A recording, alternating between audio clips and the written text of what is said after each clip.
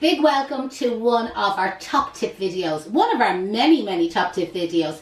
And again, if you haven't joined us before, and if you find us on YouTube, subscribe to our YouTube channel, Case Flower School, you will find lots of tutorials there about the treatment and conditioning of flowers. So what flower are we going to talk about today? Today it's all about iris. And for anybody that's new, that hasn't joined us before, what I recommend you to do is put this video on pause, go and get yourself a notebook and pen, and then you can write down all your top tips and tricks for prolonging the life of iris. So what I have here is white iris, and the variety of these iris are called white magic. It's a very popular variety, by the way. Most times you go to buy white iris, more than likely that's the variety that you will be buying. Now all flowers have a meaning, and the meaning behind iris is faith. So to have faith in something, it's just to keep that kind of in mind. Now, first of all, they're available all the year round. Even though people often think about like spring, early summer, you know, the way they are available all the year round. And they're kind of one of these flowers that stays reasonably priced all the year round. Never seems to peak, you know, that way. It's never a flower that there's a massive demand for. And yet most people absolutely adore iris. So I suppose the disappointing thing about them is they don't last a long time. You're really only talking 5 to 7 days. And if your room is exceptionally warm, you might even only get 4 days out of them. So be very careful if you're a flower shop. You wouldn't want to have them in stock for, you know, a couple of days before you would send them out. You need to kind of have a fast turnover on these flowers. And again, educate your customer and say, these are iris and they're not a long-lasting flower, they're a fabulous flower, do you know, that way? And obviously if they're in a warm room, they will go off very fast. So they prefer kind of a cooler room. 2 to 5 degrees Celsius is ideal if you're in a flower shop situation. Now, I suppose the most popular colour that people are familiar with would be the mauves and the lilacs and the dark purple. The dark purple is that real Cadbury's chocolate sort of purple. And with all of the iris, I suppose what's really significant about them is on the inside, these haven't been hydrated yet, but you can see like that yellow stripe. So even with your purple iris, you can get that yellow stripe on the inside with our white iris, but also you can get yellow iris as well, just to be aware about that. They drink a lot of water. So like with all flowers, like when you recut them the first time, or when you cut them the first time, cut about 1 inch to 2 centimetres off the end of them on a 45-degree angle and place in a clean vase of water.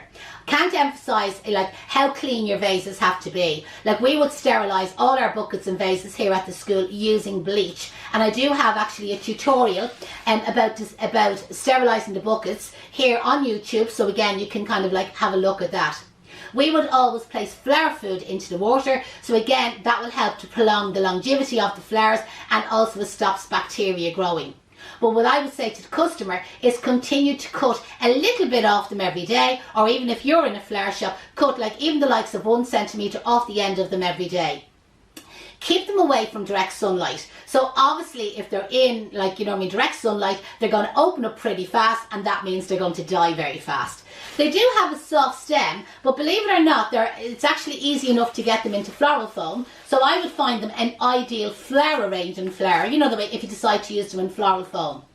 If you want to encourage the flower to open up a little bit faster, I'll just get one that's a little bit tighter there, sorry. There we go, take one out there. So say if you have a flower at that stage and you kind of want to open it up a little bit, you know, be fuller, you know, like so. There is a little trick, okay? So coming up either side of the iris would be like 2 green leaves. And if you just very gently, like be careful you don't damage the flower petal, just grab the top of the leaf and just pull it back gently. Do you see like that? And do the same on the opposite side, okay? The second one was actually quite loose, that came back really easy. And then cup your hand around the flower, and hopefully you're not a smoker and you're a big blow, and what you're going to do is blow into it. And you can see the way I kind of turned the petal that I blew against the 3 petals there, or turned to the flower. And there you can see where you can actually see the colour of the flower now, and it looks a lot nicer than it did previously. Now by doing that to the flower, because I actually haven't handled the petals of the flowers, I haven't affected the longevity or the lifespan of that flower. It'll still last the same length of time. But it looks much nicer sending a flower out in your flower arrangement or your bunch of flowers like that than it does like that. And at the end of the day, even though them flowers are still kind of tight, like in bud form, they're still only going to last to 7 days. People kind of are under the impression, like carnations, that the buds, that they're going to last for ages. Not with iris. You'll still only get 7 days out of them. So again, by giving them that little kick start, you know, the way by blowing. Now some of the real tight ones you won't be able to do that. But I have another couple of little tricks which I'll show you in other tutorials about encouraging your iris to open.